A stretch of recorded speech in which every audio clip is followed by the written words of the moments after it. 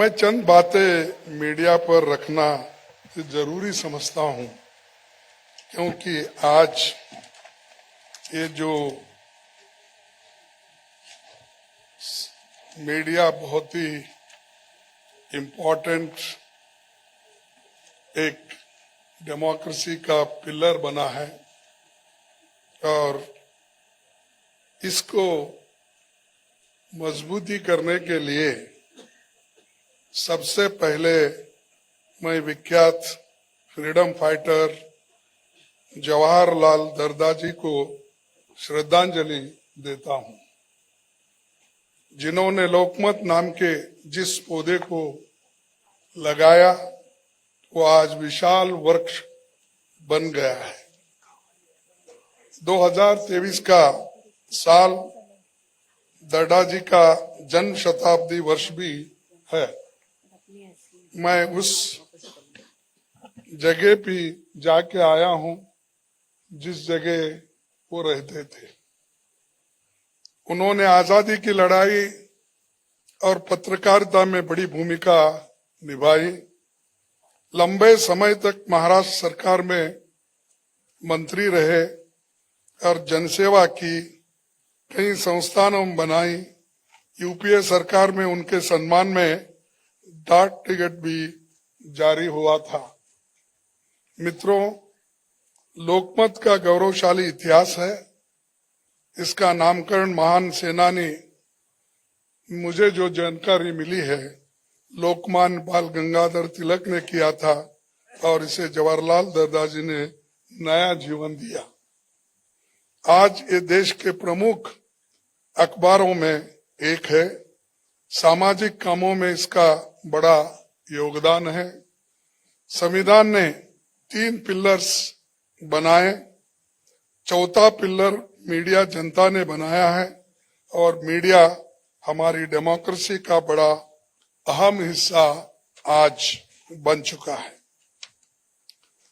संविधान के अनुच्छेद 19(1)(a) में हर भारतीय नागरिक को freedom of speech and freedom of expression के अधिकार की गारंटी दी है। संविधान सभा में इस पर सहमति थी कि मीडिया की स्वतंत्रता को इसी अधिकार का विस्तार माना जाए। सुप्रीम कोर्ट के कई फैसलों में भी इसी मान्यता पर मोहर लगी है। भारत में प्रिंट मीडिया का इतिहास 200 सालों से अधिक का है। पहले मीडिया के नाम पर अखबार थे, अब इलेक्ट्रॉनिक और डिजिटल मीडिया का दौर आया है। फिर भी प्रिंट मीडिया की हैसियत बरकरार है। और अगर मैं ये कहूं कि अकबर इलाहाबादी ने एक बार लिखा था, खींचो न कमानों को, न तलवार निकालो, जब तोप मुकाबला हो तो अखबार निकालो। ये खींचो न कमानों को, न तलवार निकालो, जब तोप मुकाबला हो तो अखबार निकालो। तो ये अखबार तोप को भी मुकाबला कर सकता है। इसीलिए इसकी अहमियत डेमोक्रेसी में बहुत बड़ी है। मीडिया का एक हिस्सा आज अपनी आजादी की रक्षा के लिए लड़ रहा है, वहीं एक हिस्सा सत्ता के आगे सरेंडर कर चुका है। आज सच लिखने और बोलने की आजादी पर खतरा है। पेड न्यूज, फर्जी खबरें, टीआरपी घोटाला, सनसनी, पक्षपात और भेदभाव भरी खबरों ने उसकी छवि पर थोड़ा असर डाला है। हमारे संसदीय लोकतंत्र में सांसदों और मीडिया को सवाल पूछने का विशेषाधिकार है, लेकिन जब संसद में रखी अहम बातें प्रोसीडिंग से बाहर होने लगी, शायरी तक बाहर होने लगे, तो पीड़ा जरूर हमको होती है। मीडिया का एक तबका अंधविश्वास को बढ़ावा दे रहा है। गरीबी, रोजगारी, विषमता जैसे सवाल गायब हो रहे हैं। इलेक्ट्रॉनिक मीडिया एजेंडा चला रहा है। हमें याद रखना चाहिए कि भारत में ऐसे तमाम महान पत्रकार हुए जिन्होंने निडर होकर फिरकापरस्त ताकतों, जातिवाद और सांप्रदायिकता का विरोध किया, लेकिन आज वो सभी कमजोर दिख रहे हैं।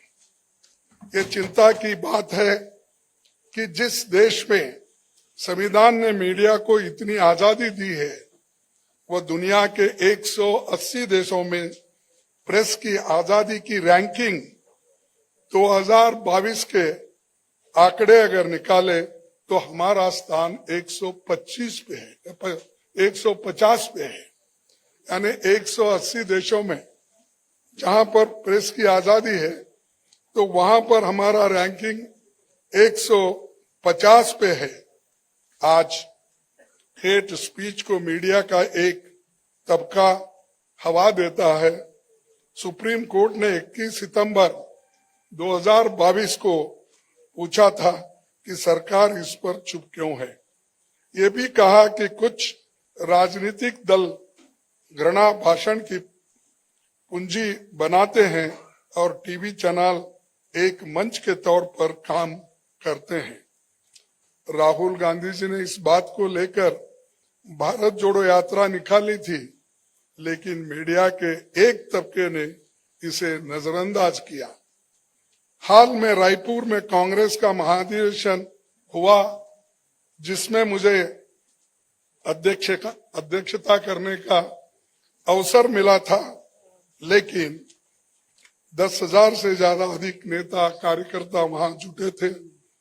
उसे संसद टीवी और सरकारी प्रचार माध्यमों में एक थोड़ी सी भी जगह मुझे नहीं मिली। आज संविधान और लोकतंत्र के सामने बड़ा खतरा और हम सभी उसकी लड़ाई लड़ रहे हैं। इसमें मीडिया का रोल बहुत महत्वपूर्ण है। डॉक्टर बाबा साहब अम्बेडकर ने एक बात की थी 18 जनवरी 1943 में 1943 को, जब वो पूना में महादेव गोविंद रानडे के उस सेमिनार में वो गए थे, उनकी 101वीं जयंती थी, तो उसमें उन्होंने कहा भारत में पत्रकारिता कभी व्यवसाय था, आज व्यापार बन गई है। आज उनका मुख्य सिद्धांत है एक नायक चुनकर उसकी पूजा करना। उसकी छत्र छाया में समाचार पत्रों का स्थान सनसनी और विवेक सम्मत मत का विवेकहीन भावावेश ने ले लिया है। मुझे इस बात की खुशी है कि कुछ सम्मानजनक अपवाद मौजूद है, लेकिन उनकी आवाज कभी सुनी नहीं जाती इस देश में।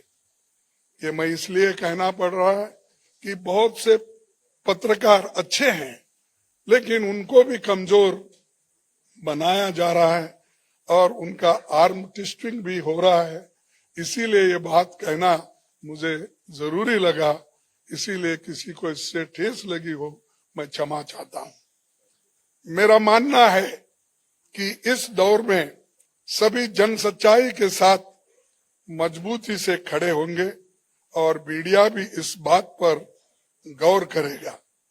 और इस मौके पर सभी पुरस्कृत साथी सांसदों को बधाई देते हुए मैं यही कहूंगा कि जो आज हमारे लोकमत के ग्रुप के जो दारदा साहब है, उन्होंने एक नई परंपरा कायम की और सभी को प्रोत्साहन देने के लिए, सभी को एक एनकरेजमेंट देने के लिए उन्होंने ये जो काम शुरू किया है।